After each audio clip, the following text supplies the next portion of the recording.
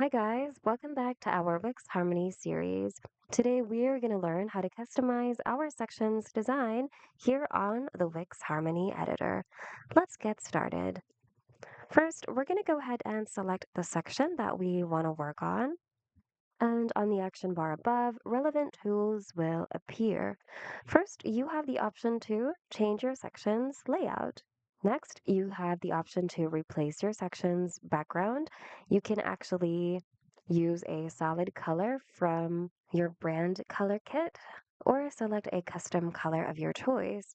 Apart from a solid color, you can actually even use an image or a video to serve as your section's background.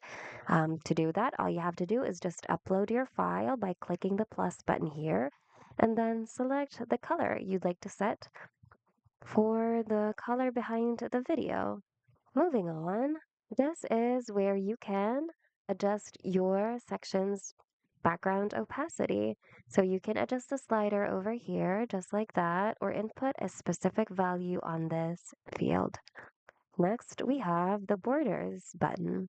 So if in case you'd like to define your section, you can select a border style, adjust its width in pixels, and select a color for it. So it would look something like that for your reference. In my case, I don't like it, so I'm not going to be putting a border on my section. We also have the spacing button. So this is where you can adjust your section's padding as well as the space between cells. So you can input a specific value here or adjust the slider like that. Next, we have the section divider. This is where you can choose from some fun shapes and even customize a specific design to serve as your divider. So you can add a divider to the bottom part of your section as well as at the top part of your section. And then we have the animation button. So far, there's only one available. So you can set it to no animation or you can set it to fade.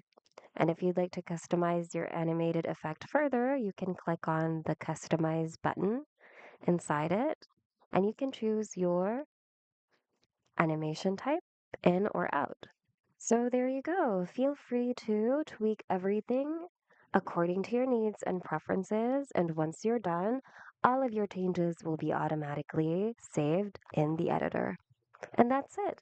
Hope this video was helpful. If you need more Wix tutorials, check out our channel and consider subscribing as well. Thank you so much for watching, and we'll see you guys in the next video.